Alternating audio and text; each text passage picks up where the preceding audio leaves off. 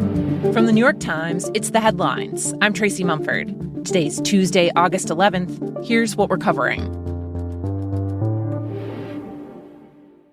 Why aren't you flying the new plane home?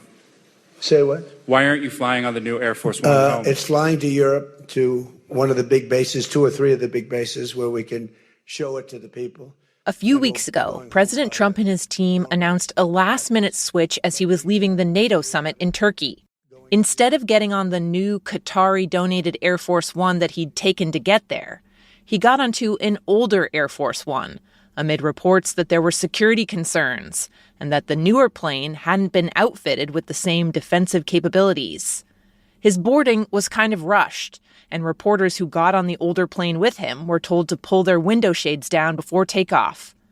The plane then flew to a military base in Britain, landed, and about 40 minutes later, Trump walked down the steps. Do you know why they had us close our window blinds? That was not usual. Well, yeah, because you're probably on a dangerous flight But the Times has now learned this was all part of an elaborate deception.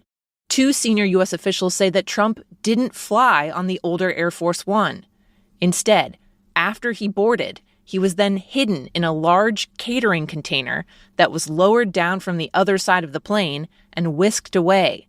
They say he was actually flown to the UK base in a third plane. At that point, to complete the deception, Trump reboarded the old Air Force One out of sight and proceeded to step out through the main door as he usually would. Reporters on that older plane were left to think they had been traveling with the president all along, making them unwitting participants in the ruse, and leaving them, along with the White House staff who was on board, to serve as unknowing decoys. The plan appears to have been developed in a matter of hours after officials determined that there had been a credible threat against the president from Iran, which borders Turkey. While it's an unusual case of the public being deceived about the president's whereabouts, one former Secret Service agent who worked in protective details for Presidents Barack Obama and George W. Bush said the agency had used decoy motorcades and flights in the past.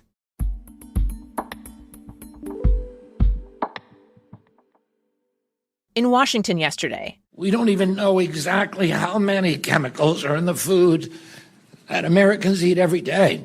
Health Secretary Robert F. Kennedy Jr. proposed a new rule to close what experts have called a long-standing loophole in food safety. And the food industry continues to develop novel compounds and chemical combinations that do not exist in nature. Since the 50s, food companies have been allowed to bypass requirements to get new ingredients reviewed by the government by saying that they are, quote, generally recognized as safe, a designation known as GRAS. That workaround was originally intended to apply to common ingredients like vinegar or baking soda. But over the decades, companies have used it to quietly introduce at least 1,000 substances into their products, things like thickeners, extracts, and flavorings, with little evidence that they are safe. Now, under the Trump administration's new proposed rule, companies would have to tell the FDA about any new ingredients they plan to use and submit safety data. This is Kennedy's latest move to try and target processed foods, which he says are responsible for higher rates of obesity and chronic diseases in the U.S. Food policy experts say the proposed changes still leave a lot of wiggle room for food manufacturers. For example, companies would still be allowed to decide for themselves if they think a new ingredient is safe, and they wouldn't necessarily be required to submit any safety data for ingredients they're already using. Still, experts welcomed the effort to boost oversight of food manufacturers, with one telling the Times, quote, "It's been the Wild West for them for long enough."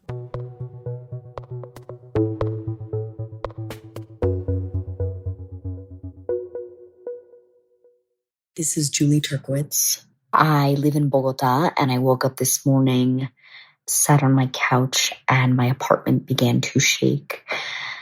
I evacuated my building and soon realized that Colombia had just experienced a 7.4 magnitude earthquake. Dios mío, mira nuestro carro, amor.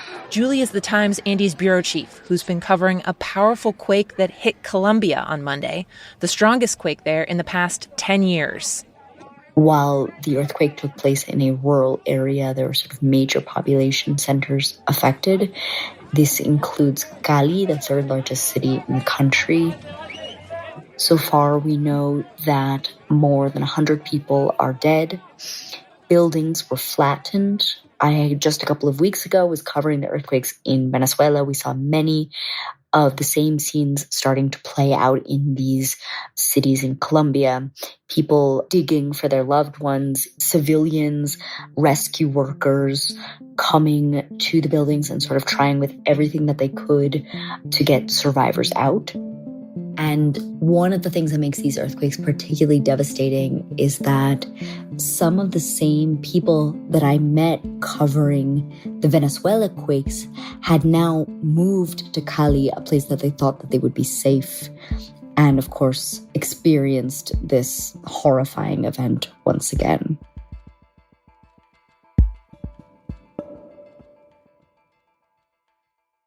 Here in Taiwan on Monday, millions of people lost their usual internet access on their phones. It meant that for 30 minutes, they weren't able to download images, WhatsApp wouldn't work, many other social media would not work. But all of this was deliberate. It was a deliberate shutdown by the government to give people some sense of what it would be like if China attacked Taiwan's telecommunications grid and tried to shut down communications on the phone and internet. My colleague Chris Buckley covers Taiwan and China for The Times. He says the simulated internet slowdown yesterday was part of annual exercises to prepare for a potential future Chinese attack. China has long insisted that the self-governed island of Taiwan is part of its territory. And while Chinese President Xi Jinping has said he hopes to absorb Taiwan peacefully, he has not ruled out taking it by force. We spoke to Taiwanese officials beforehand about the drill, and they laid out two expectations that they hoped would come out of this exercise. First of all, it was very much a psychological exercise to remind Taiwanese people that easy access to 5G could easily be disrupted if China ever attacked Taiwan's telecommunication systems, including its undersea cables. The other less spoken part of the exercise was probably to test the telecommunication systems themselves. How did they respond when there was a slowdown? Did the emergency backup systems work as promised? So it was two levels, I think, testing the public reaction and also testing the system reaction. Chris says that in addition to regular emergency drills for the public, Taiwan's military is also strategizing about how to respond to a possible Chinese invasion. And to do that, it's trying to take a page from Ukraine. Taiwan has watched as Ukraine has waged a kind of David and Goliath defense against Russia, specifically by going all in on drones. The relatively cheap, easy-to-build technology has, in some cases, helped them hold their own against a much larger adversary. The Taiwanese government says that in the next 5 years, it wants to boost its drone production to 100,000 drones per month.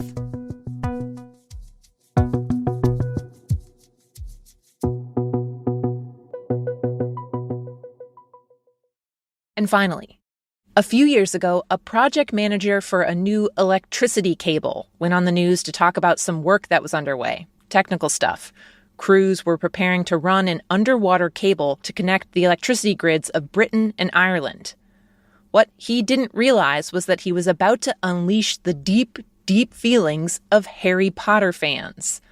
The plan he was talking about called for running a cable under a beach in Wales, right where fans have built a shrine to Dobby the house elf, the loyal little sock-loving creature from the fantasy series. In the second-to-last Harry Potter movie, Dobby dies in Harry's arms, and they filmed his burial at the same site the electricity company was eyeing. We got hundreds of calls. I mean, hundreds of calls. I said, well, Tom, what are they on about? And they said, well, look, apparently we're going to go straight through Dobby's grave. And I said, Dobby? Who's Dobby? The project manager, who just revealed the full story of what happened on the podcast Energy Revolution, said after hearing from hundreds of people, including some children, they rerouted the multi-million-dollar project. There were other factors at play, too, including that they had to dodge some actual archaeological remains from the Bronze Age near the site. But in all, the project manager said he learned that even though Dobby is fiction, people's feelings were very real. I think you've got to be flexible, agile, and thoughtful. And sometimes, you know what? A 10-year-old girl, she's right. Yeah. Those are the headlines. Today on The Daily, how the war with Iran has left the United States with a dangerously low supply of munitions.